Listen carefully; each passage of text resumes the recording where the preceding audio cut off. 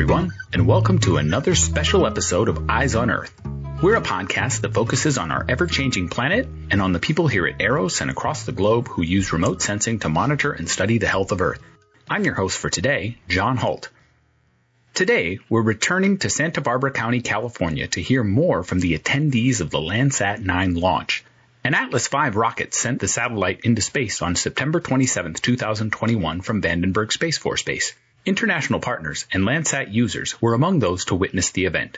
We caught up with Andres Espejo and Naikoa Aguilar-Amuchastegui at a Vandenberg watch site about 15 minutes before liftoff. Andres is a senior carbon finance specialist at the World Bank, where he manages funds meant to encourage developing nations to reduce carbon emissions by paying them for reductions in deforestation. Naikoa works for the World Wildlife Fund and collaborates with Andres to help countries set baselines and targets for the program. Landsat imagery is a key data source for what you'll hear them refer to as MRV, or Measuring, Reporting, and Verification of Carbon Reductions. Naikoa is the WWF's Senior Director of Forest Carbon Science and MRV lead.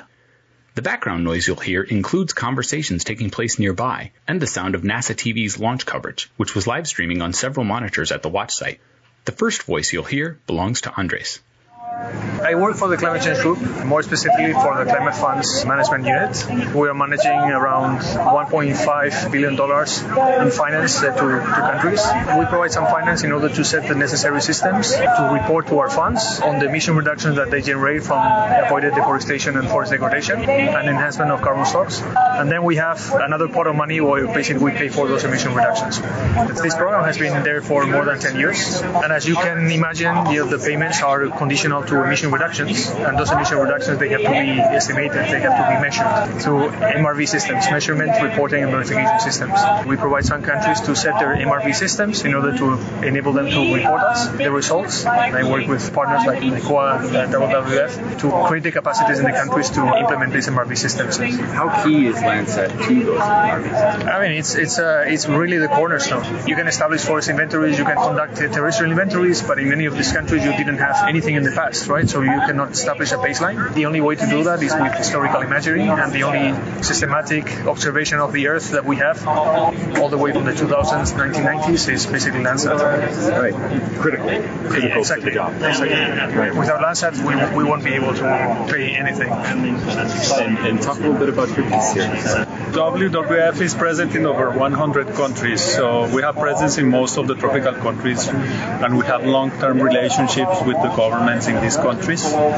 My role is to try to help build the technical capacities of our teams in those countries, and as well as the institutional partners, government agencies that will also work with the World Bank and other entities, and trying to figure out what the best approach that's feasible and practical. And then regarding Landsat, it's the cornerstone, as Andres explained, because it's the only sensor that has been consistently collecting the data in a comparable way that allows for an actual understanding of what is a historical pattern, what is natural dynamics versus man-made dynamics, and then what is it that we are going to do about it. That's so interesting. So you're essentially helping to build that baseline country by country. Yeah, well, yes. We try to discuss how those baselines are established. So the data from Landsat and how it's processed and how we enhance the accuracy of the estimates and so forth is part of the discussion. But our presence in the country also allows for us to engage in the political aspects. So a benchmark is actually a data-informed political statement, which means, okay, as a country, I claim that this is my benchmark, and then I therefore expect to be assessed my performance in one way or another. What does the addition of Landsat 9 mean? Oh, well, Landsat 9 is super important. The wealth of data available is going to duplicate itself. We have the same sensor as in Landsat 8. It will replace de facto Landsat 7, and it's free. The temporal resolution is something critical. Most of the countries where we provide finance is in the tropics, and in the tropics, basically, we have many clouds. And usually deforestation is very focused in a certain period of the year, like 3 months. And if you only consider Landsat 8 or Landsat 7, you have very few images with clarity, which means that in certain years you're not able to report. With Landsat 9, countries will be able to report on a more frequent basis to to our funds, but I think that there's also a very important part that is we'll be able to manage, right? They will have timely information in order to understand if there's like a big problem, if the deforestation is increasing, what are the drivers, and take action. Yeah, for example, the reaction times are important. There's this matter of early warning systems. Whenever an image is acquired, it can be processed almost immediately, and then significant changes can be flagged. I guess that also an important thing is the sign that is sending, basically that this mission will continue for a long time, and that there's an engagement to make this data available and so on. And that's also quite crucial because we cannot rely on something that in 5 years or 10 years time will disappear. This is for the long term. That also provides confidence to countries for establishing their systems in a sustainable manner. To me, the most exciting thing is the fact that we are lengthening the record, the size of the record, the temporal dimension of the record. We're moving into the second half of a century of data.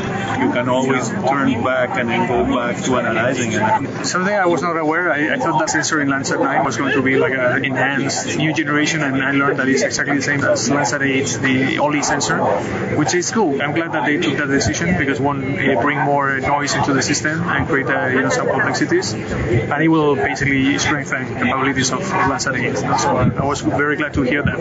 I learn every time I come to these events and I interact with scientists. Unfortunately, I don't have that many opportunities, but it's always a great thing to learn new things. And I have made many contacts, and the idea is how to convey everything that I have seen or the new things that are coming from the science world to the developing world. We finished up that conversation moments before hearing this. Status check. Go Centaur. Go Landsat 9. And there it is, the word to launch Landsat 9. That chant told us the launch was imminent. Here's what that sounded like. T-minus 10, 9, 8, 7, 6, 5, 4, 3, 2, 1. Ignition.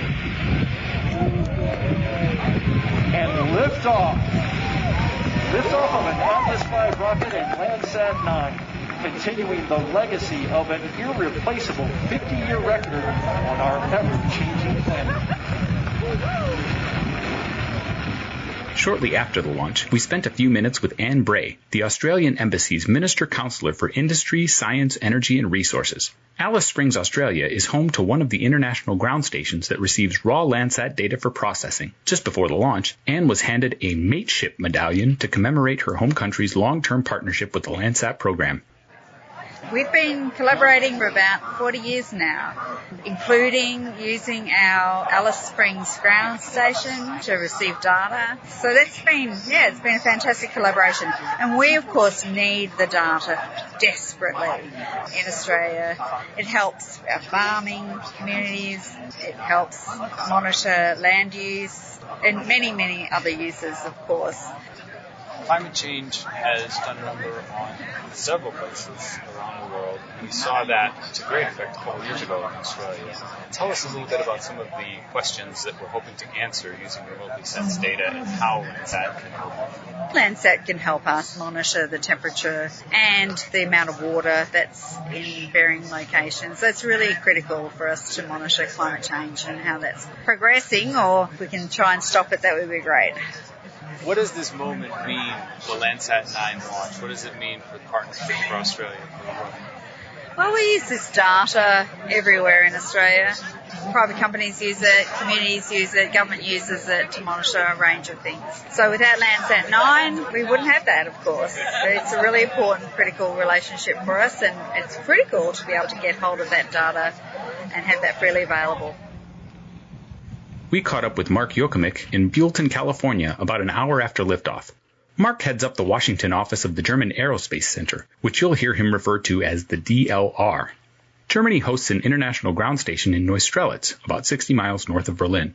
Here's what Mark had to say about the value of Landsat 9 and international partnership.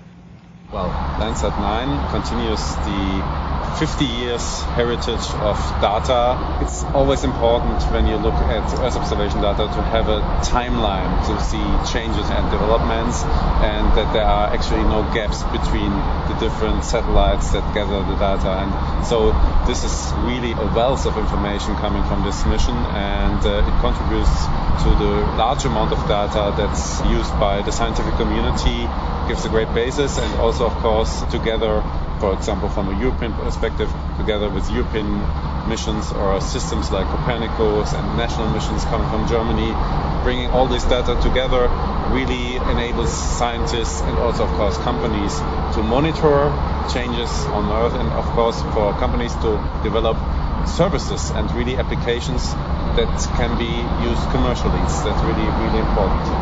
Tell us about the interplay of Landsat and these other observations, these other observatories that you're talking about here. As I understand it, cross-calibration and working together is a very important part of a world where more and more satellites are going up. Can you talk to us a little bit about that? Exactly, yeah.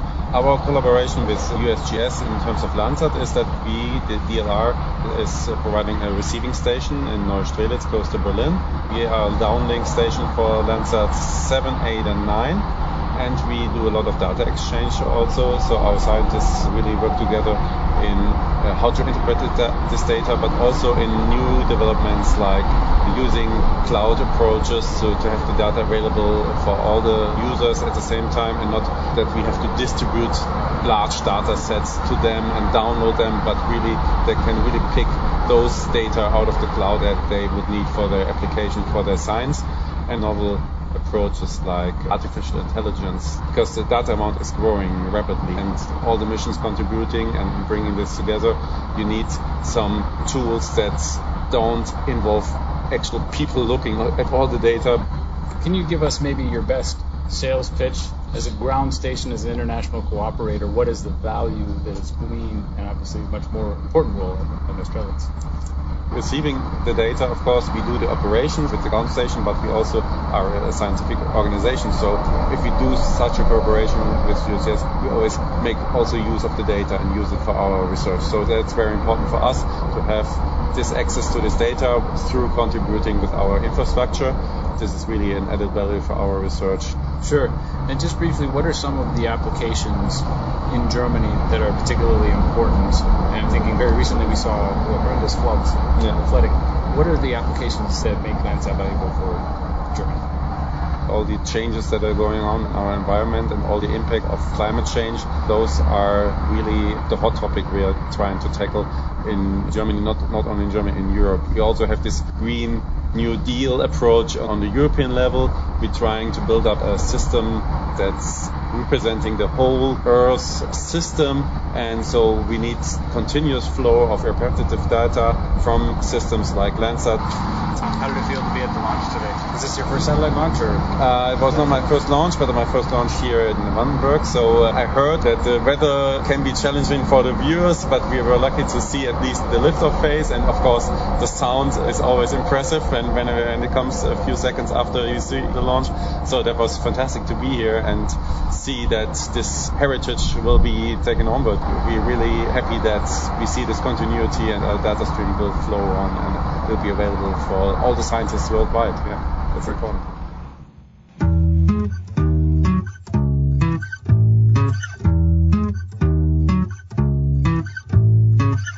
Thanks for listening to this episode of Eyes on Earth.